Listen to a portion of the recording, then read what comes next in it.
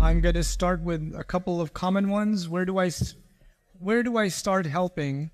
So someone who is in the wrong path, sitting, not praying, not listening to anyone. This is a very common question. Some of you have these questions about your family members. Some of you have them about your friends and other situations. A couple of important pointers here. Number one, the Prophet ﷺ was not given any authority to change his own uncle. And the Quran is full of prophets who were not able to bring change to their loved ones, right? So Nuh alayhi salam couldn't change his wife, and Ibrahim alayhi salam couldn't change his father, and Yaqub alayhi salam couldn't change his sons, and so on and so forth, right? So the reason that's given to us is because you're not given the authority or the ability to change someone else. What you are given the ability to do is to remind someone else. Then the question becomes, what's the most effective way you can remind someone? And my opinion on that is that we are too preachy with our family. We start becoming a khatib and a speaker to our families, and they get annoyed, and you make the problem worse. Instead of making things better, you end up making them worse.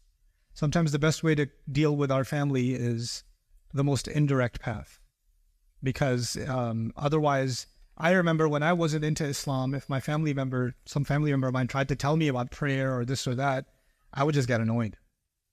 Like, why are you telling me? Right? Sometimes they want to listen, and it's in the Quran. وَلَقَدْ آتَيْنَا لُقْمَانَ الْحِكْمَةَ, and Luqman radiallahu anhu advised his son, but Allah says وَهُوَ يَعِظُهُ, which is really interesting. It means he found the right time to advise him. Like, he didn't just always advise him. He saw a particular moment where he thought it's strategically really good time to bring this up right now. But what we do is, like, constantly, every day, every time, you just become like, oh my God, here comes the Sharia police.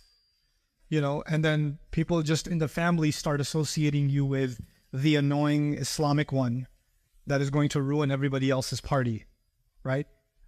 So my advice on that would be as indirect and as subtle and as gentle as possible. The other thing I would say is sometimes people are doing sinful things like drugs, alcohol, gambling, whatever they're doing. But there's the sin, and then there's the cause of the sin. And the cause of the sin isn't as simple as, oh, they're following the footsteps of shaitan, or they're mimicking the kuffar. And that's, hold on.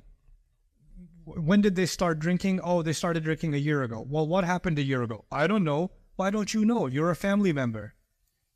Like, you don't know what happened a year ago? People don't just go towards these sins easily. Shaitan uses some problem in their life or some event in their life and takes advantage of that, and then the waswasa becomes stronger, right? So you have to become a little more aware of what's happening in the life of the person you're trying to help.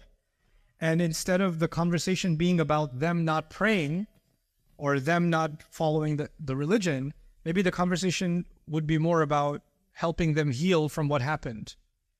And because that's the root problem. And if they see you as someone who's just trying to preach to them and convert them to a better Muslim or something, that you don't really care about them, you just want to make sure they follow what you want them to follow. So they don't see you as someone who means well for them. They see you as someone who's trying to be controlling and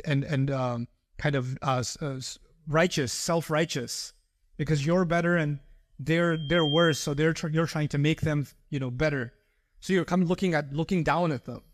But actually, the notion in the Quran, فَأَمَّا الْيَتِيمَ فَلَا تَقْهَرْ وَأَمَّا السَّائِلَ فَلَا تَنْهَرْ, right? So the orphan, the one who asks, don't talk down to them. Somebody's in pain. Somebody who's drinking alcohol is in pain. They're trying to drown away from their pain of something. What is that thing? And you have to find some creative ways to get there. A young lady, I won't mention names here, of course, so he came up to me and said, how do I talk to my dad? He stopped praying or this or that. Well, maybe we should ask, Dad, what was it like when you were a kid? What was it like? Like, did you get in trouble with mom and dad a lot? And your dad might say, what are you trying to do?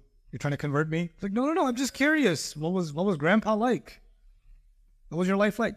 A lot of times our parents or these family members, nobody's shown interest in who they were or who they are or some of their most precious memories. You know what? Maybe the first barrier that you break with someone is empathy. Like you actually are interested in them, not their behavior, them. You care about them. And you know what that quality is called? That's called ra'fa. Ra'fa. And the name, a person who has that quality is called Ra'uf. Ra'uf. And that's one of the names of the Prophet sallallahu alaihi wasallam. Bil mu'minina ra'ufun rahim. If you want to be Ra'uf to someone, it's one of the qualities of the Prophet sallallahu alaihi wasallam. But we should actually be a little more empathetic. And then instead of just going straight for the kill, why don't you pray? There's a lot more that's going on in somebody's life that led them to not pray. So let's be a little more sensitive towards that.